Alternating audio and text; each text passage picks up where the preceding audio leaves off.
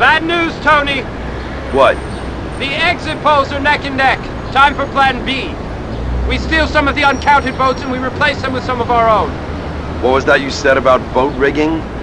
Oh, shut up. You know, I love the tone in Donald Love's voice at the end of the cutscene there, because it's that type of tone where when someone's speaking, they know that they're in the wrong about something, but they just won't straight up admit it. And in the case of the cutscene, you have Tony calling out Donald by asking, "What was that you said about vote rigging?" And then Donald brushes it off by saying, "Ah, shut up."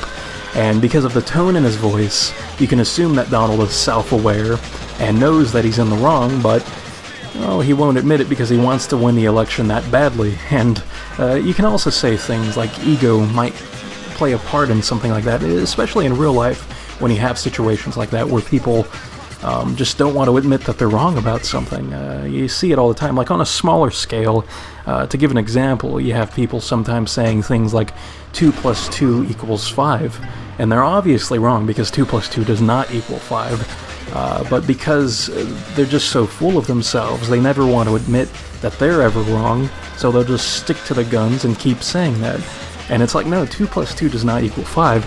2 + 2 = 0, you sick fiends, but you'll never hear them admit that.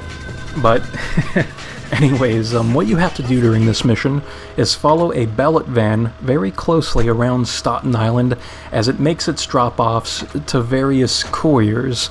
Now, at these stops, the van is going to park and allow a courier to hop inside, make sweet love to the driver, and then you're going to have a little exchange in that the courier is going to receive a stack of uncounted ballots. And once the courier exits the van, that's when you make your strike to get these ballots and basically have them as your own, so you can do whatever you want with them.